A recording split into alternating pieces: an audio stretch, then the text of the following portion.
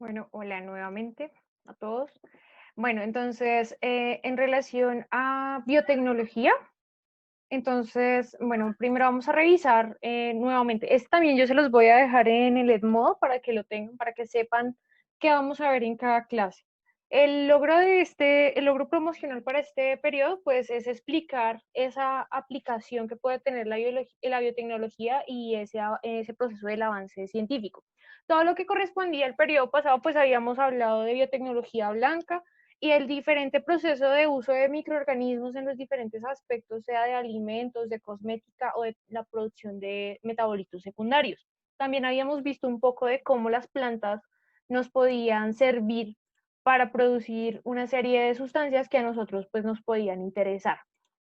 Este tercer periodo, pues nos vamos a concentrar solo en alimentos. ¿Por qué? Pues porque una parte muy importante de la biotecnología es entender que también los microorganismos pueden afectar esos alimentos y nosotros tenemos que efectuar unos procesos para poder controlar el crecimiento de los Profesora, microorganismos. ya. ¿Qué pasó? Cuéntame. Ya, profe, es que no la escuchaba. Ah, listo. Entonces, ¿qué es importante? Entonces, este periodo solo nos vamos a concentrar en alimentos y cómo es ese desarrollo metodológico para evitar, por ejemplo, que se nos contaminen los quesos, que se nos contaminen todos los alimentos, digamos, esenciales que van a llegar a, por ejemplo, a ser comercializados. Listo, Gabriela, ahí está entrando. Listo, entonces, nuevamente, aquí vamos a trabajar del 13 de julio al 28 de agosto. Lo que se decidió fue dividir también los periodos para definir un tercer periodo y un cuarto periodo. No como lo veníamos trabajando, como se dieron cuenta de su definitiva de biotecnología que correspondía a notas de primer y segundo periodo. Este tercer periodo se maneja solito, ¿listo? Para que lo tengan en cuenta. Entonces, para notas, lo mismo.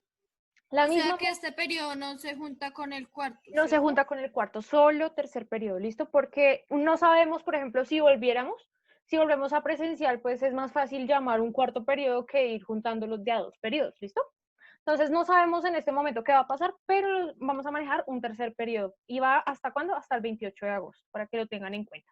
¿Qué significa esto? Que las actividades, pues ustedes ya saben, tienen 8 días para irlas entregando y que ustedes tengan una evidencia, digamos, del desarrollo de esta clase.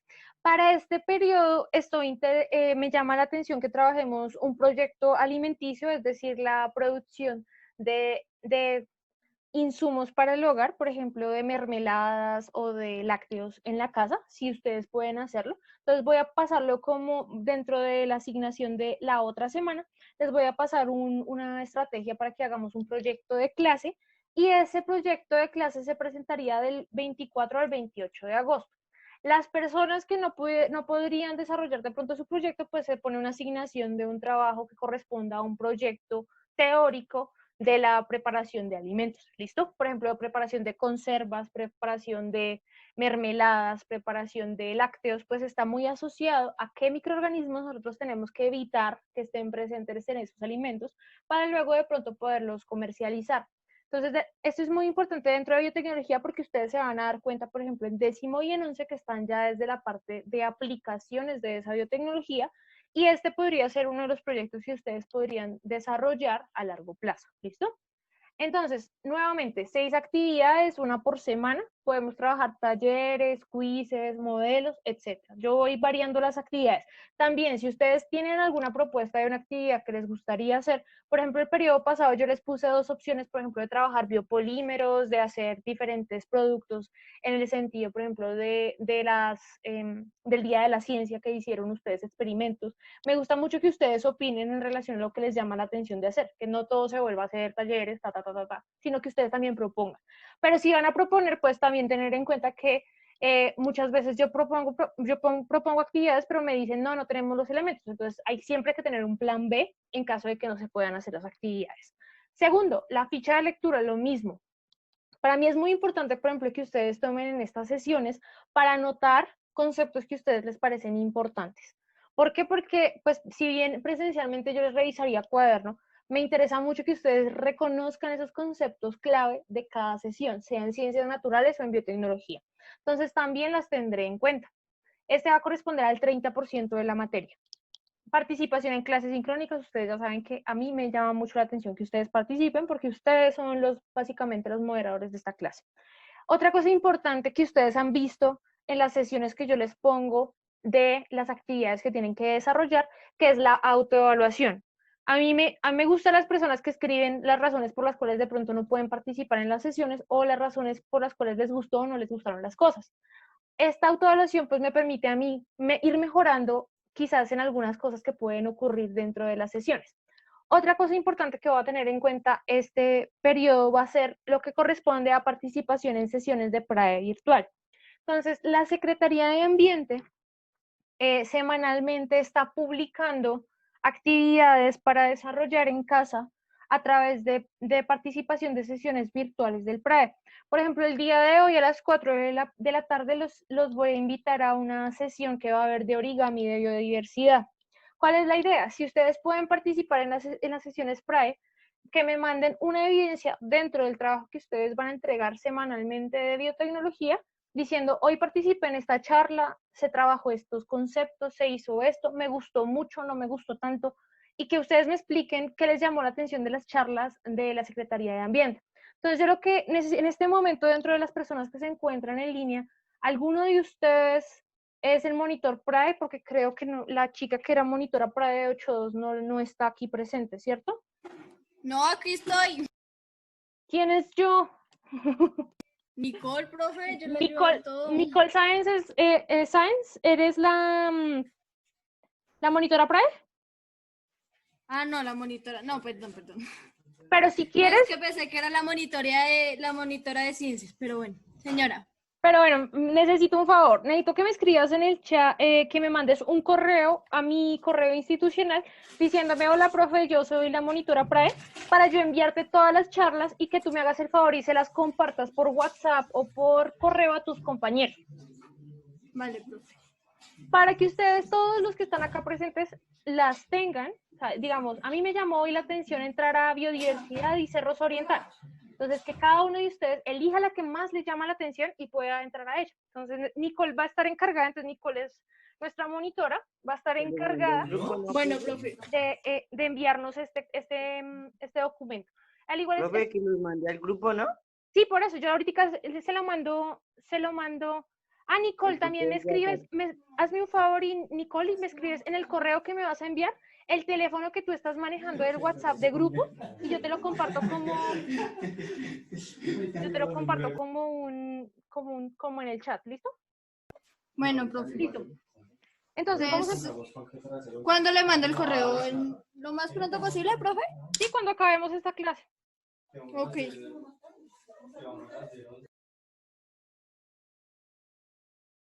¿Y el resto de chicos no van a entrar o qué? Ah, bueno, acá está Alison.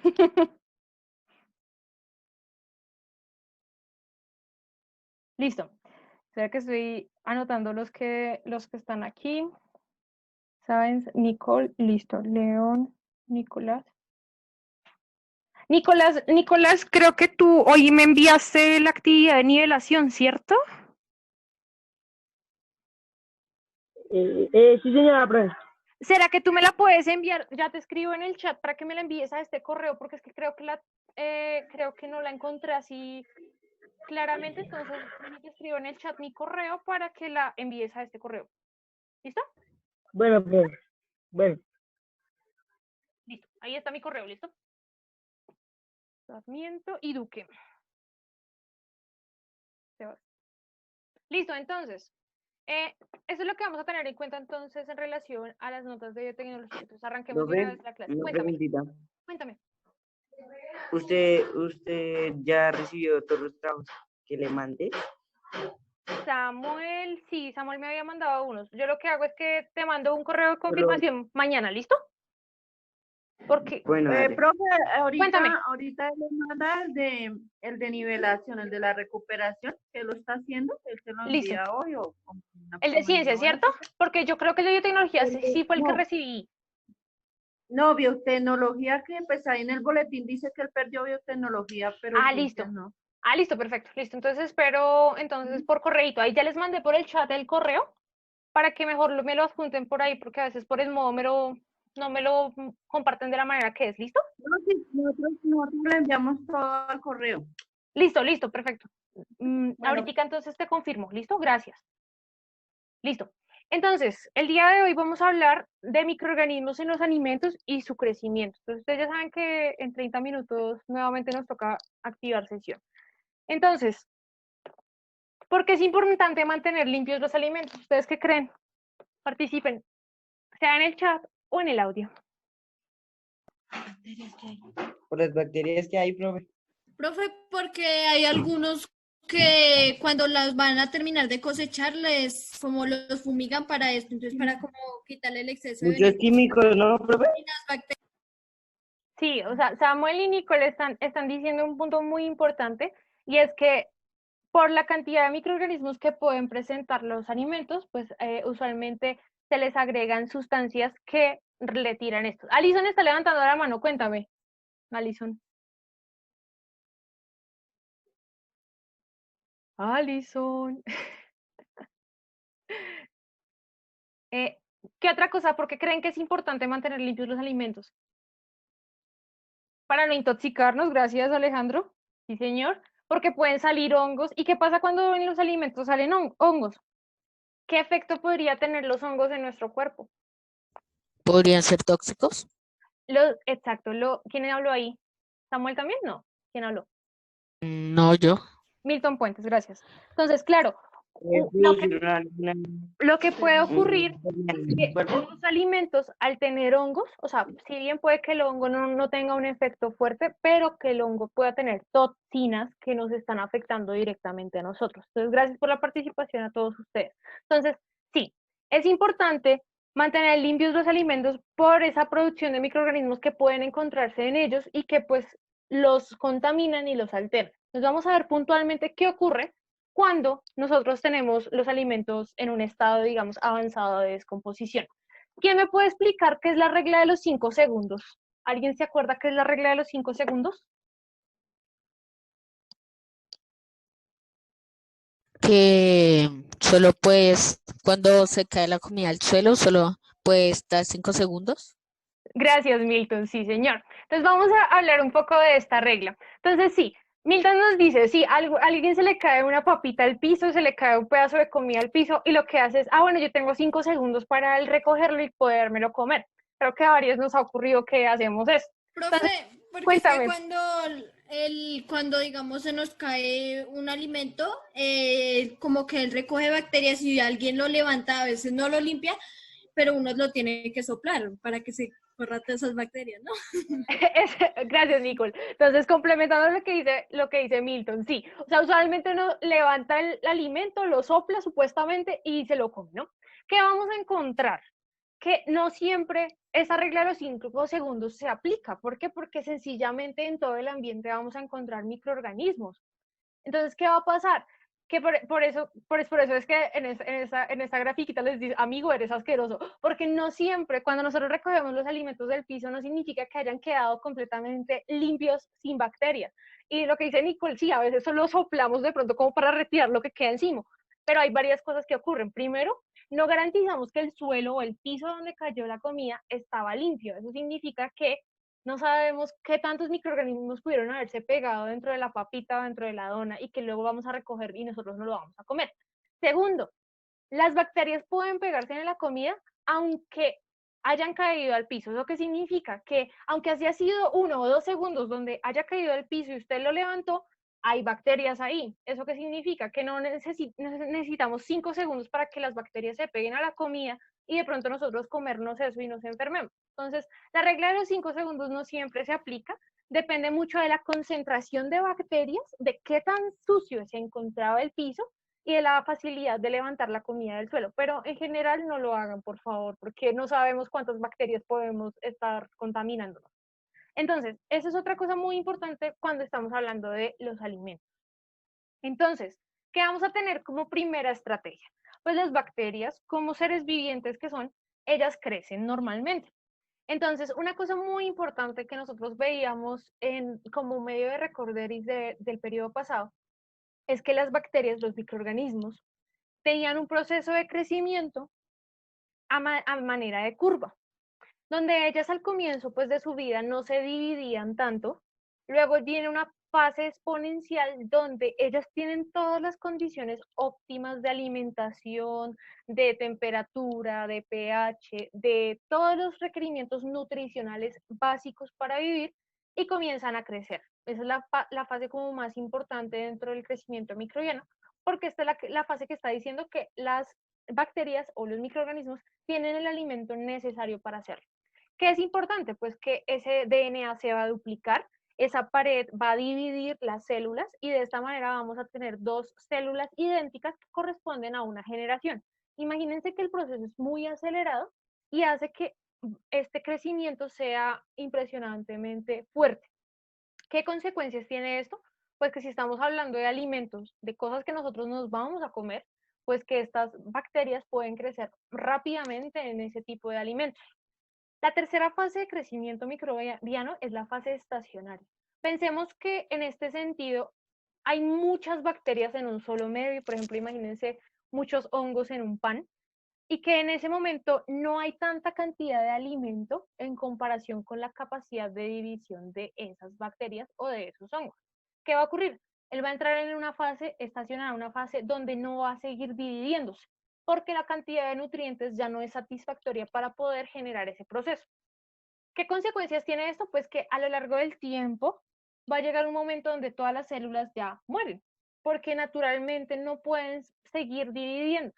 ¿Esto qué significa? Que en la cuarta fase de crecimiento comienzan a decaer la cantidad de células que se encuentran en un alimento, por ejemplo. ¿Qué es importante tener en cuenta? Que cuando estamos hablando de alimentos que nosotros estamos produciendo o que nosotros estamos consumiendo, pues tenemos que acelerar este proceso en la fase de crecimiento, pues para que nuestros alimentos no queden contaminados de bacterias. ¿Qué es importante? Pues tener en cuenta que poder acortar esta fase exponencial implica que no haya tantas bacterias en un alimento que nosotros vayamos a consumir. Bueno, ¿qué es importante dentro, por así decirlo, dentro de la microbiología de los alimentos? Vamos a tener muchos tipos de sustancias, ya que cada tipo de sustancias pues va a tener un montón de moléculas químicas que van a ser las sustancias que van a tomar las bacterias para consumir como alimento. Vamos a tener tres grupos principales y de esto ya hemos hablado un poco en las sesiones del periodo pasado en relación a qué era metabolismo primario y qué era metabolismo secundario. ¿Alguien se acuerda qué era metabolismo primario? Espero que alguien se acuerde, dígame que no salieron a vacaciones a no recordar nada. ¿Alguien se acuerda qué es metabolismo primario? De los que se encuentran todavía con nosotros. O digan, no, no me acuerdo, pero algo. No me acuerdo, profe. Listo. Entonces nosotros teníamos dos tipos de metabolismo. El primario, que eran todas las sustancias que nosotros teníamos que consumir para subsistir, es decir, para la mínima supervivencia del organismo.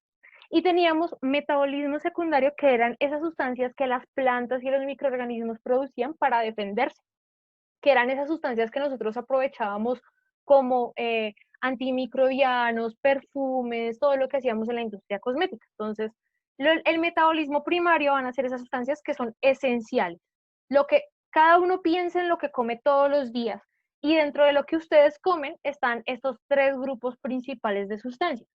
Los carbohidratos, todo lo que corresponde a azúcares, todo lo que corresponde al almidón que ustedes reciben del pan. Vamos a recibir los lípidos, que son las grasitas, todo lo que corresponde cuando comemos quesos, cuando comemos carnes que liberan esas grasas. Y las proteínas, que corresponde directamente a esa unión de varios aminoácidos que van a constituir a nuestros músculos. ¿Dónde encontramos las proteínas principalmente? También en la carne, y pues también los vegetales van a tener de los tres grupos. En la carne y en el queso, profe, porque el queso está compuesto por leche y pues la leche tiene proteína. Exacto. Entonces vamos a encontrar que dependiendo del alimento, por así decirlo, vamos a encontrar estos tres grupos principales, algunos en mayor cantidad, algunos en otra proporción. Por ejemplo, las personas que son vegetarianas, pues hay suplementos a nivel proteico que pueden consumir para poder, digamos, dejar de comer carne, que sería usualmente la fuente de proteína principal. ¿Qué vamos a encontrar, por ejemplo, en el caso de la microbiología?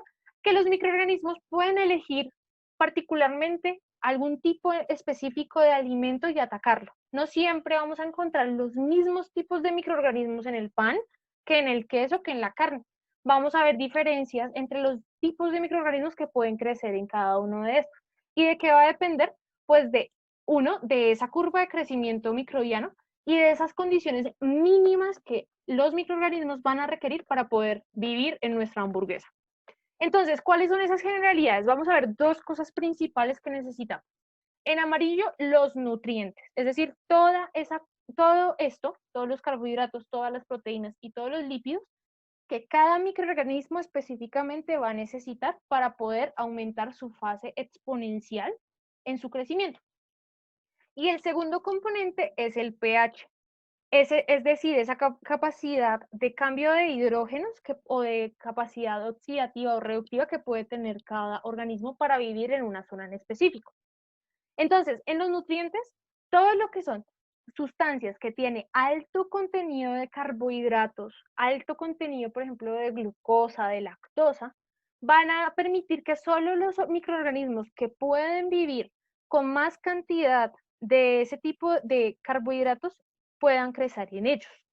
Es decir, que microorganismos que no sean osmófilos no pueden vivir ahí.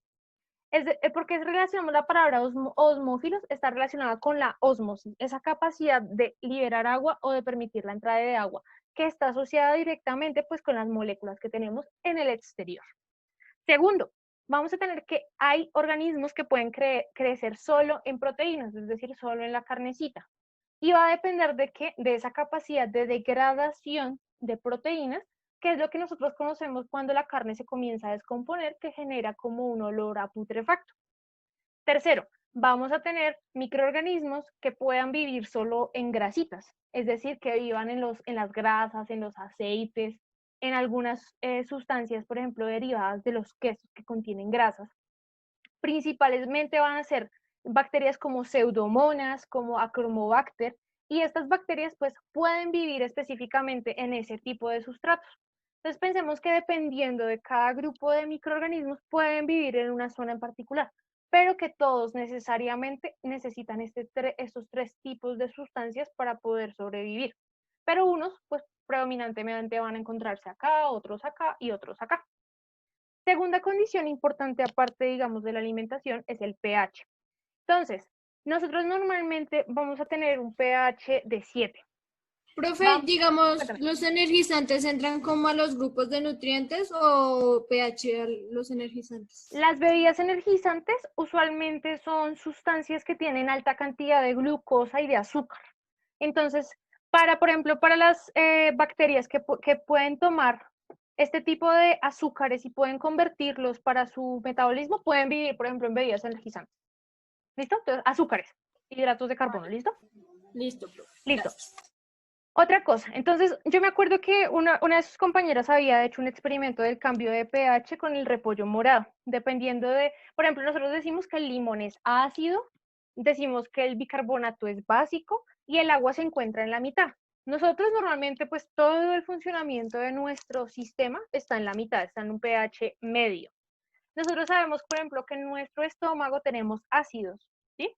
Entonces vamos a encontrar que dependiendo del pH hay bacterias que pueden crecer en diferentes rangos de pH. Entonces, todos los alimentos tienen un valor de pH, sea alto o sea bajo. Por ejemplo, leche ácida entre 4 y 5 capacidad de pH. Por ejemplo, el melón entre 6.2 y 6.5. Y por eso cuando ustedes lo prueban, pues ustedes no es ni ácido ni básico, ¿sí? Están en toda la mitad. Es dulcecito. Es como dulce, entonces tiene alto contenido de azúcares. Vamos a ver que los huevos pueden encontrarse entre un rango de 7.6 a 9.5 de pH. Y vamos a encontrar así que hay una variación completa en relación al pH que puede tener un efecto de que crezcan bacterias o que no crezcan. Entonces, por ejemplo, la mayoría de los hongos resisten el ácido y eso significa que pueden crecer entre un rango de pH de 4 y 6. Entonces, revisemos qué alimentos ustedes observan que están entre un pH de 4 y 6. Profe, digamos, el huevo, cuando la gallina lo pone, digamos, la gente lo coge como para ir a venderlo, ¿cómo hacen para que el huevo no se convierta en un pollo? Bueno, entonces ahí está relacionado con la fertilización del huevo. Entonces ahí dejan a las gallinas ponedoras sin un macho. Entonces esos huevos que salen son huevos que no han sido fertilizados por un macho. ¿Sí me hago entender? Sí, Ok. listo. Entonces vamos a encontrar que dependiendo, por ejemplo, tenemos a los hongos resisten ácido. Entonces, en la imagen, entonces si decimos que el pH es entre 4 y 6, que ellos pueden crecer, ¿en qué frutas y verduras los podríamos encontrar a los hongos? Esa es la pregunta para ustedes. O sea, los hongos viven bien entre 4 y 6. Dentro de estas frutas y verduras, ¿en dónde podríamos encontrar hongos fácilmente?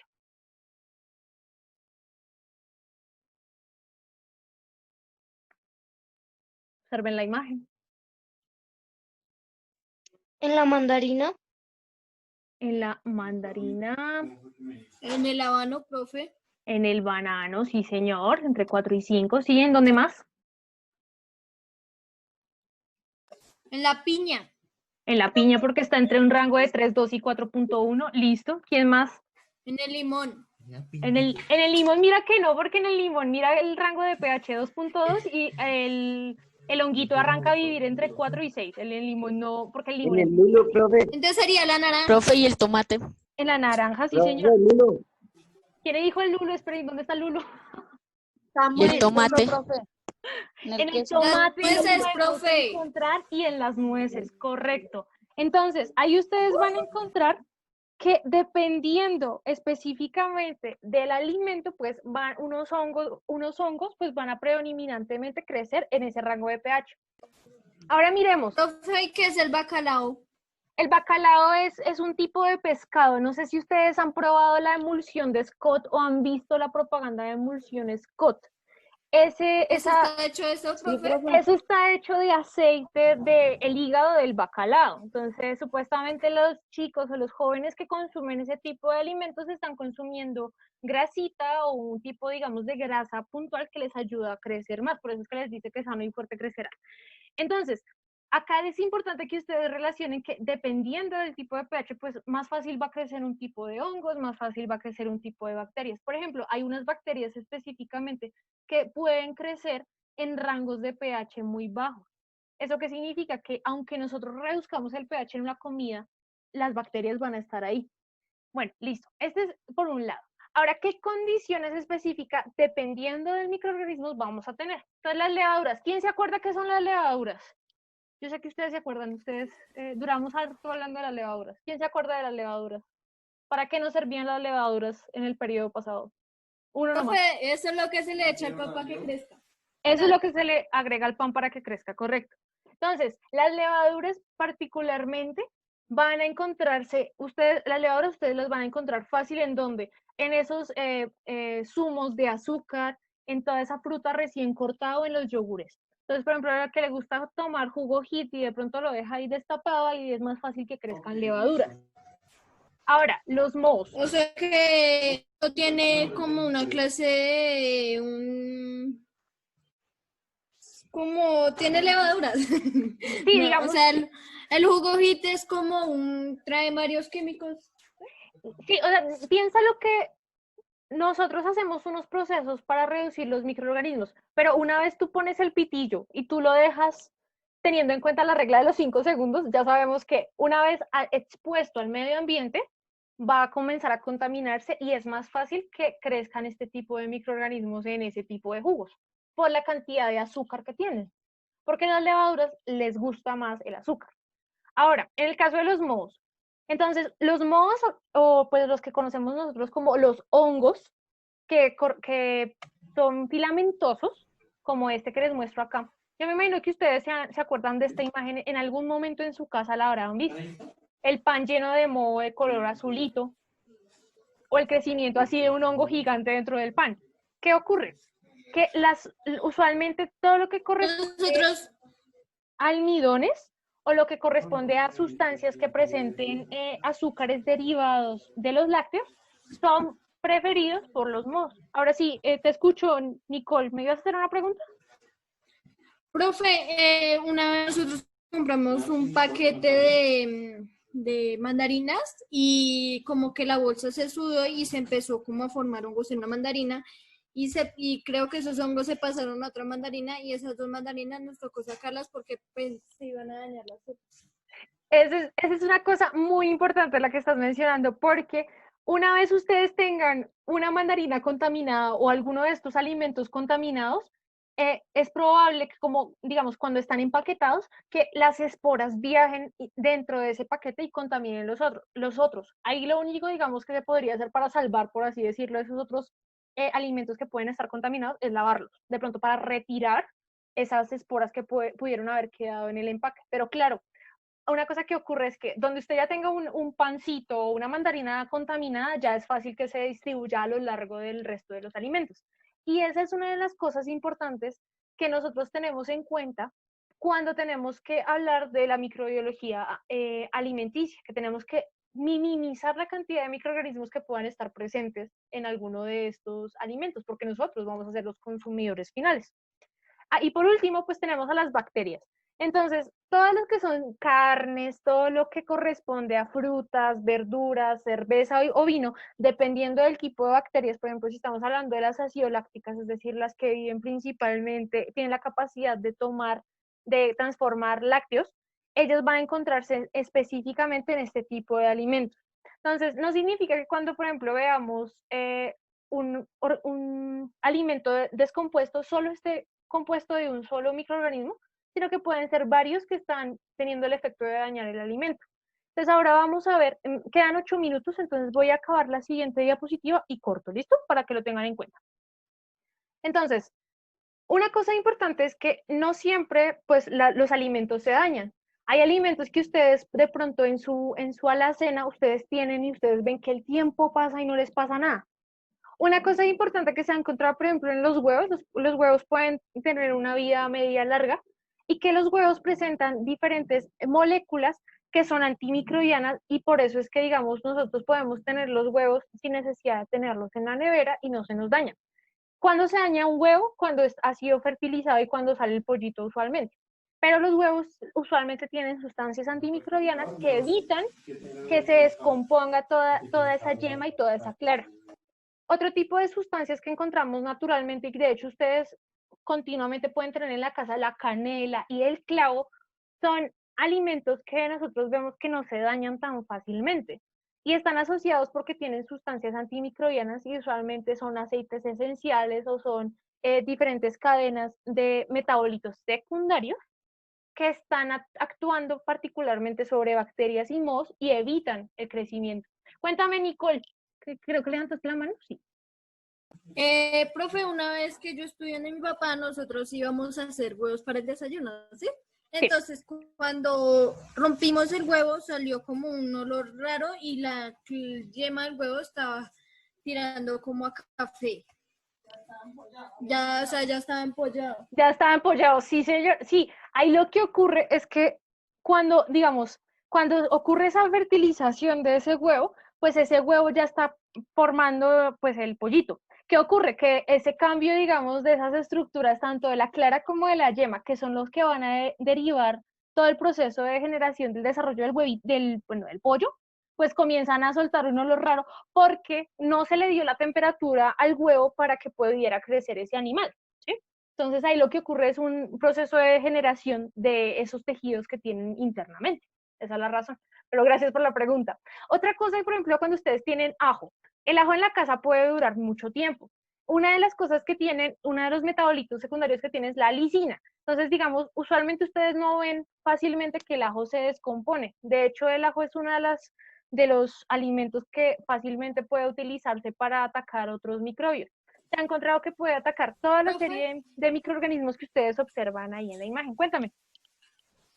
Cuando, digamos, cuando el ajo viene como embotellado, ya machacado con sal, ¿él se puede dañar?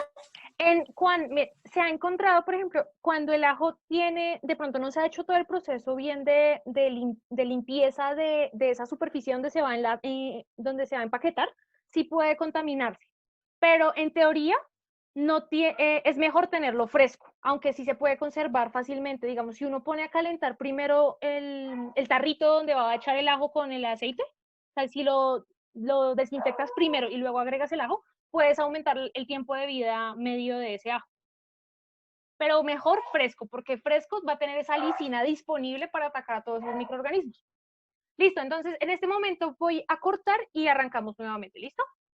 ¿Alguna pregunta, duda, inquietud? En las naranjas, bueno, Alejandro Bernal acá participo. Los que participen entonces pueden escribir en el chat o pueden hablar y ahí yo voy incorporando los puntos, ¿listo? Entonces vamos a finalizar, vuelvan a entrar, ¿listo?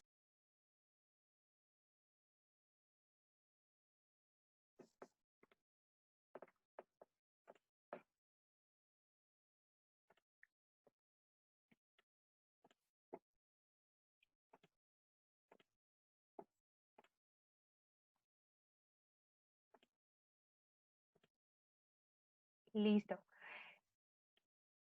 Bueno, entonces, bueno, ahora lo que vamos a ver es qué pasa o cuáles son esos riesgos de pronto que nosotros podemos encontrar en los alimentos. Entonces, si bien hay unas sustancias antimicrobianas, no significa que de pronto esas sustancias funcionen mucho, pues porque nosotros vemos que es normal que la fruta o que los diferentes alimentos que nosotros consumimos se descompongan. Es un proceso normal y natural de todos los alimentos.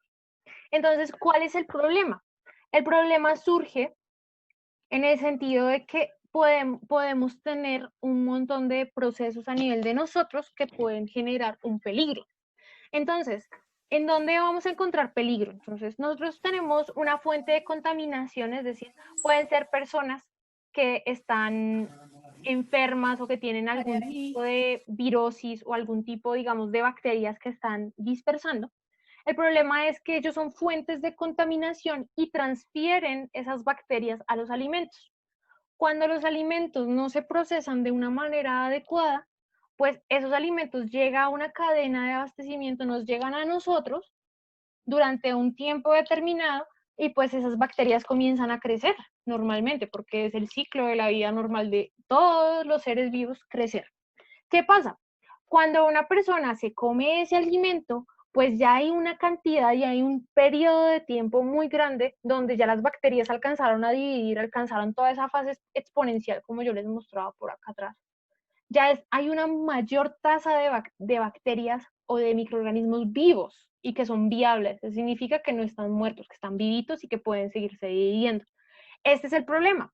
La persona cuando se alimenta de este tipo de alimentos, cuando no tienen, digamos, cuando ya pasó un periodo de tiempo desde que se contaminaron hasta que se distribuyeron, pues, ¿qué consecuencias tiene? Que la persona se puede enfermar con el consumo de esos alimentos.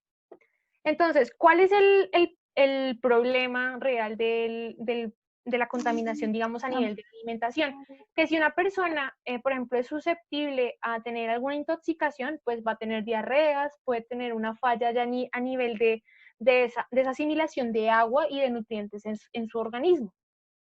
Otra cosa importante es cuando nosotros tenemos en cuenta, por ejemplo, cuando hablamos de la fecha de vencimiento de los alimentos, pues tenemos que tener en cuenta que ese tiempo que nos están hablando de vencimiento es ese tiempo que yo le permito a la bacteria crecer y que si yo dejo que pasen 4 días y me lo como, pues ahí ya van a haber muchas bacterias porque todos esos preservantes alimenticios pues ya no van a estar tan activos como en el tiempo que se les dice que son. Y pues es algo que nosotros encontramos en las frutas y que es muy fácil de evidenciar cuando hay una fruta fresca completamente a cuando hay una fruta en proceso de descomposición. Por eso es que cuando uno trata de hacer mercado, uno trata de buscar este tipo de alimentos y no este tipo de frutas que están dañadas o deterioradas. ¿Por qué? Pues porque ya sabemos que acá hay un microorganismo que está creciendo y que de pronto si no lo comemos, pues puede tener la consecuencia de que de pronto nos genere algún malestar cuando no lo comemos. Entonces, vamos a encontrar dos mecanismos principales para poder controlar los microorganismos. Va a depender mucho del tipo de microorganismos y puntualmente a partir de la otra clase vamos a ver varios ejemplos de tal bacteria, tal hongo y tal levadura. Pero hay dos momentos importantes. El lograr que se congelen y el lograr altas temperaturas.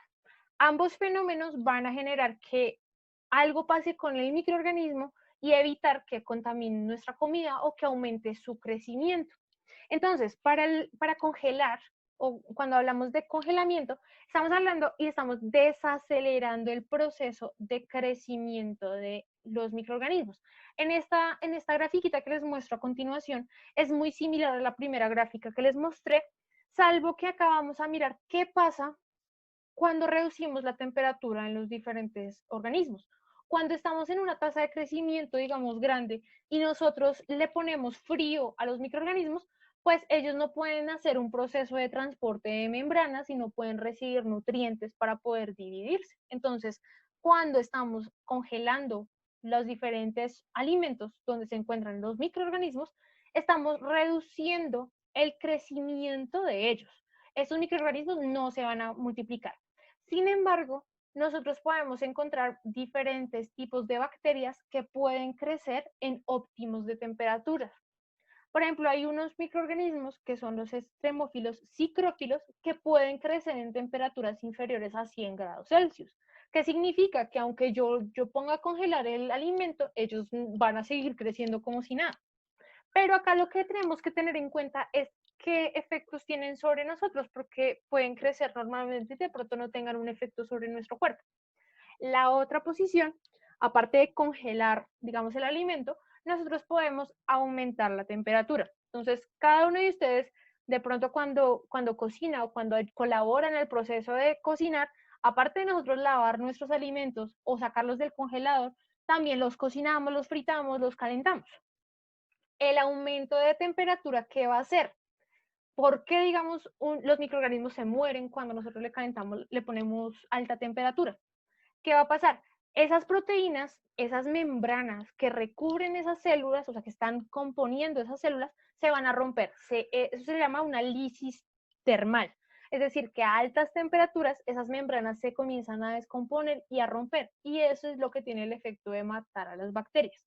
¿Dónde está el peligro? Vamos a encontrar que en algunas temperaturas pues va a aumentar la proliferación de las membranas, que va a ser este proceso de crecimiento exponencial donde decimos, venga, acá las bacterias van a dividirse porque es la temperatura óptima de crecimiento. Dentro de esos podemos tener los microorganismos que son mesófilos, es decir, que tienen una temperatura óptima entre 35 y 37 grados Celsius, es decir, que una temperatura casi ambiente pueden crecer normalmente. Entonces, ¿qué consecuencias tiene esto? Pues que dependiendo del tipo de alimento, hay unos alimentos que son más peligrosos que otros en relación a la cantidad de microorganismos que pueden tener. Entonces, por eso es que es importante cuando si en un alimento dice cocine, caliente, ponga tal temperatura, cumplir con esto porque eso garantiza que no hayan tantos microorganismos que puedan de pronto tener un proceso de generarnos toxinas y pues causarnos enfermedades. ¿Qué alimentos son complejos en relación a la temperatura? A eso se le llama la zona de peligro, que es una temperatura entre 5 a 57 grados Celsius, porque en este rango de temperatura, si ustedes no los tienen en este rango de temperatura, es probable que aquí vaya a crecer mucho más los microorganismos. Entonces, ¿cuáles son esos alimentos? Todo lo que son las carnes, los pescados y los mariscos, el melón. Por ejemplo, el ajo en aceite puede conservarse, pero debe tener un proceso de calentamiento, digamos, del envase para evitar esa contaminación cruzada, como Nicole nos preguntaba. Es importante, podemos tener ajo en aceite, sí, pero tenemos que garantizar esa limpieza de esos envases para evitar que de pronto se contamine mucho nuestro ajo en aceite. Pero ese tipo de alimentos, todo lo que son mariscos, pescados, carnes, tienen que tener una temperatura superior de cocción para evitar que en ese punto comiencen a crecer un montón de microorganismos. Y pues, ¿qué ocurre? Que si se generan microorganismos, el problema quizás no sean los microorganismos, sino las toxinas o los venenos que las bacterias nos produzcan y que eso es lo que causa la enfermedad. Entonces vamos a ver, para terminar la sesión de hoy, y espero que les haya gustado, vamos a ver qué tipo, digamos, de microorganismos podemos encontrar y pues qué efectos tienen sobre nuestro cuerpo. Es importante, por ejemplo, tener en cuenta los procesos de descongelamiento. Por ejemplo, cuando nosotros tenemos una carne en el congelador y la tenemos que descongelar, tener en cuenta los tiempos y tener en cuenta qué va a pasar, por ejemplo, si dejamos esa carne ahí y nos olvidamos, pues que comienzan a crecer microorganismos y que quizás la temperatura no sea la suficiente para lograr matarlos. Entonces, vamos a ver que temperaturas superiores a 65 grados Profe. logran matar a los microorganismos, pero que depende del grupo de microorganismos. Cuéntame. Dicen que cuando algún alimento se vence y se puede fritar, que lo frite y que ya pues no nos hace tanto daño, no nos hace daño. Uy, esa no la había escuchado, la voy a anotar y te la averiguo, listo, porque, digamos, fritarlo, o sea, por ejemplo, ¿qué tipo de alimento? Y yo te averiguo. Digamos, se venció una arepa de paquete, entonces, digamos, lo voy a fritar y ya pues no nos va a hacer tanto daño. Eso dicen, ¿no? De pronto puede ser por lo que cuando nosotros estamos utilizando, digamos, aceite o estamos aumentando la temperatura, quizás, aunque haya crecido microorganismos, los logramos matar friéndolos. Podría ser por ese lado. Pero, digamos, todos los conservantes que tenían la arepita normal antes de vencerse, comienzan a degradarse y no están funcionando de la manera correcta y están creciendo microorganismos. Pero voy a buscar porque me llama la atención, no lo había escuchado antes. Listo. Entonces, ¿qué es importante? Cuando nosotros hablamos, aparte de cocinar los alimentos, para nosotros reducir la cantidad de microorganismos, pues, ¿cuáles son esas prácticas cuando estamos hablando en biotecnología en relación a cómo debemos procesar los alimentos para poder consumirlos? Entonces, si bien nosotros sabíamos que las levaduras nos servían para hacer diferentes tipos de alimentos, ahora nos vamos a enfocar directamente en qué vamos a hacer con esos alimentos cuando ya los tenemos para poderlos distribuir en la cadena de procesamiento para evitar que de pronto cuando yo libere el alimento infecte o contamine a una persona y que termine con algún nivel de enfermedad a nivel gastrointestinal. ¿Listo? Entonces voy a compartirles este video que es en relación a lo que estábamos hablando hoy de todos los microorganismos, pero particularmente cuáles microorganismos nos pueden dar un efecto negativo a nuestro cuerpo cuando los consumimos. El universo es más grande de lo que podemos entender. En un espacio tan vasto, la gran pregunta es, ¿estamos solos?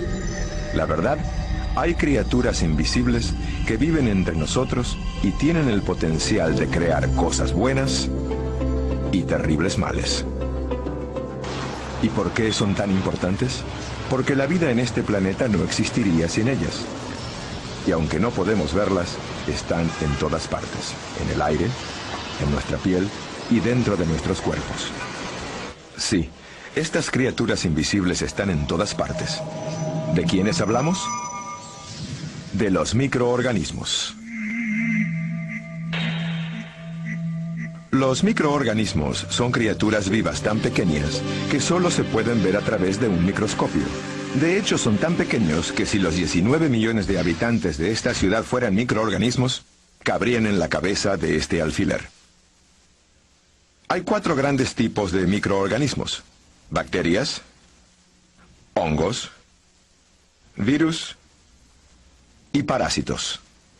Las bacterias son organismos vivos de una sola célula que se encuentran en casi todos los ambientes naturales. Se pueden encontrar en los seres humanos, la comida y el agua. Bajo condiciones adecuadas se pueden multiplicar muy rápido. Algunas bacterias producen toxinas que son sustancias venenosas que nos enferman. Los hongos van en tamaño desde organismos unicelulares hasta organismos mayores de muchas células. Hay 2 tipos, levadura y moho. La levadura se puede reproducir rápidamente al dividirse naturalmente o al intercambiar materiales con otras levaduras. El moho, por otra parte, es un microorganismo de varias células que necesita oxígeno para crecer. Con frecuencia los vemos crecer en los vegetales, la fruta y el pan. Luego están los virus. Son más pequeños que las bacterias. Pueden estar en la comida y enfermar a las personas, las plantas y los animales. Los virus pueden pasar de una persona a otra y después a la comida si no se tiene una buena higiene personal. Y finalmente los parásitos. Son más grandes que las bacterias y generalmente son microscópicos. Los parásitos necesitan vivir en una persona, un animal o una planta para alimentarse de ellos y crecer. Los microorganismos pueden vivir en diferentes temperaturas. Por ejemplo, se les ha descubierto en las calientes temperaturas de las aguas termales y en el hielo de la Antártida. La mayoría prefiere vivir a temperatura corporal. ¿Cómo se aplica todo esto al mundo real? Bueno, ¿se ha puesto a pensar de dónde viene el olor ocasional y no muy agradable del lavabo? Lo causan los microorganismos activos. No necesitan mucho para crecer, solo un poco de comida, agua, tiempo y la temperatura correcta.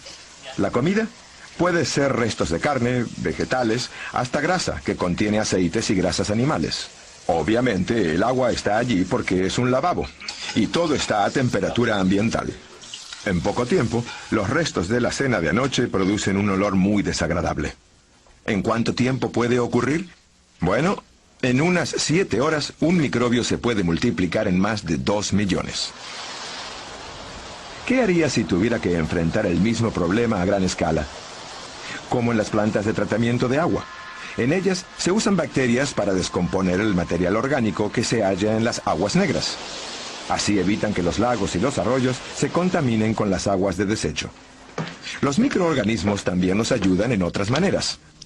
Por ejemplo, cuando comemos, los millones de microbios que viven en nuestros estómagos e intestinos nos ayudan para completar el proceso digestivo. Y no somos los únicos en esta situación. Los animales también tienen el mismo tipo de ayuda en su digestión. Usted dirá, un momento, ¿no dijo que los microorganismos nos enfermaban? Sí, algunos nos enferman, pero otros tienen el poder de hacernos sentir mejor. Ve a esta pobre mujer, por ejemplo. No se siente muy bien. Afortunadamente se usaron buenas bacterias y hongos para crear medicinas para hacerla sentir mejor. Aunque usted no lo crea, los microorganismos también se pueden usar para crear muchos de los alimentos que comemos. Dele un vistazo a su cocina y verá lo que le quiero decir. El moho ayuda a crear estos finos quesos. Este pan se hizo con granos fermentados con levadura. Y las carnes se hicieron con bacterias de ácido láctico. En su refrigerador hay más ejemplos. Las bacterias de ácido láctico tienen un papel muy importante en la creación de muchos de estos productos lácteos. Y para quienes gustan de un vaso de vino o una cerveza con su cena, tienen la ayuda de las levaduras y del proceso de fermentación. Desafortunadamente, los microorganismos tienen un aspecto malo, algo que descubrirá nuestro amigo que va a partir a unas merecidas vacaciones en el trópico. Sin embargo, hay un pequeño problema. Para cuando regrese, los microorganismos habrán echado a perder la comida. Es un problema que nos afecta a todos. Cada año le cuesta a los consumidores millones de dólares. Bien, ya regresó, relajado, descansado y listo para enfrentarse al mundo. Pero después de un largo viaje, uno necesita comer, ¿verdad? Mala idea. Mientras viajaba, los microorganismos afectaron la fruta. Mejor un sándwich, ¿no? Las naranjas no fueron las únicas afectadas esta semana. Y la carne, con baba. La leche, podrida, aunque estaba refrigerada. El pan, con moho. Como ve, la comida se echa a perder.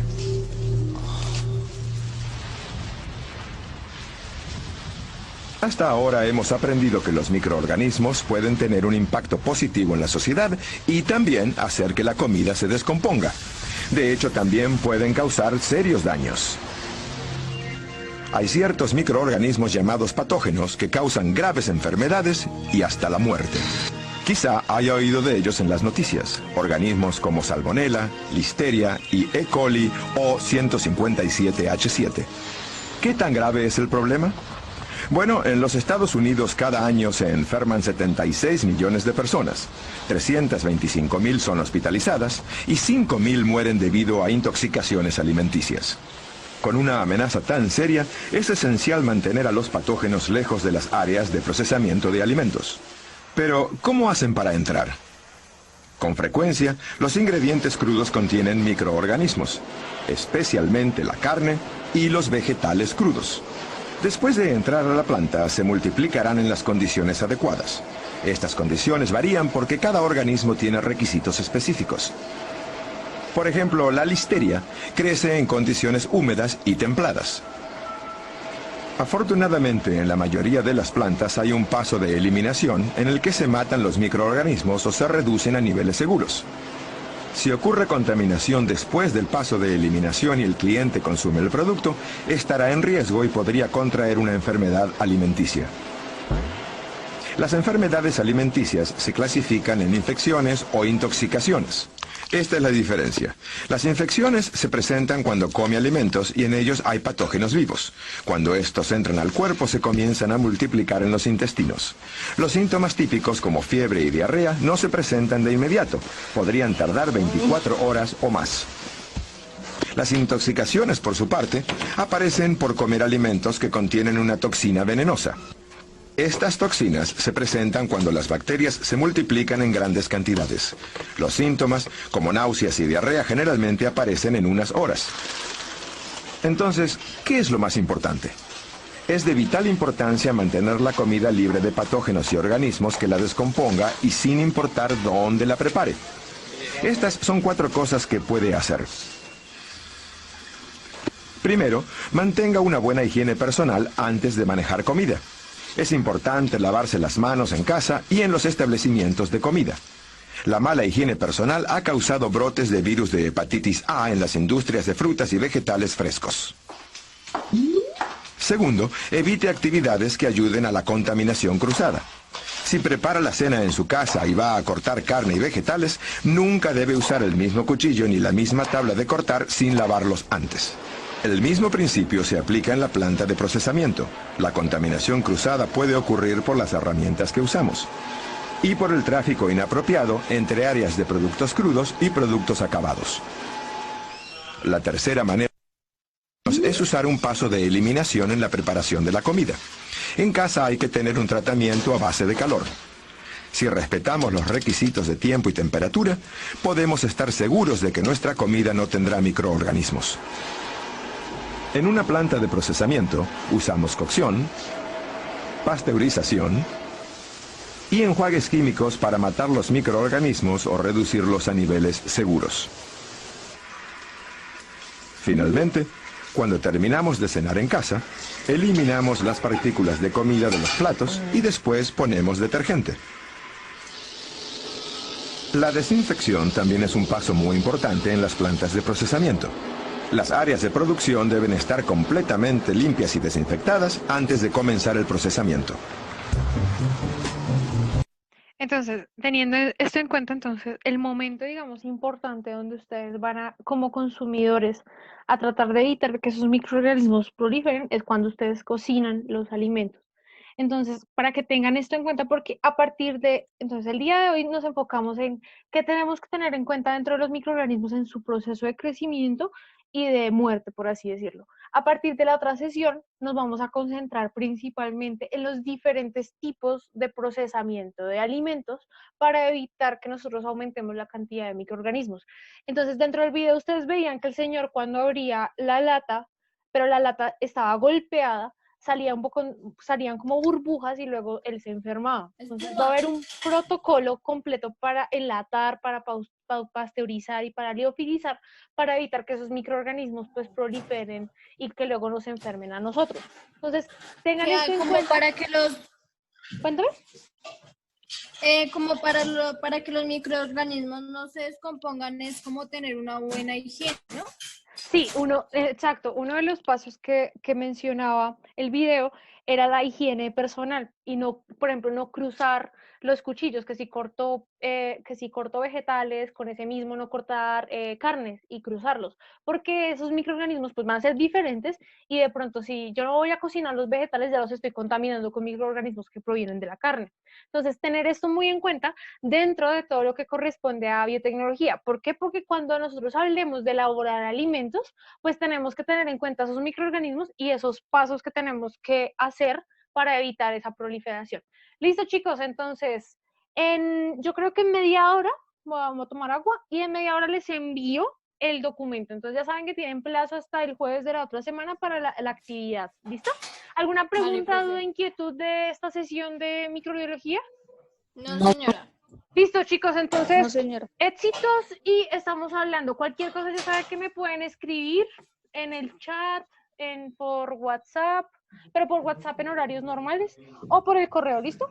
Entonces nos estamos Listo, hablando, que me les vaya muy bien. Bueno, profe, adiós. No, profe, gracias. Chao.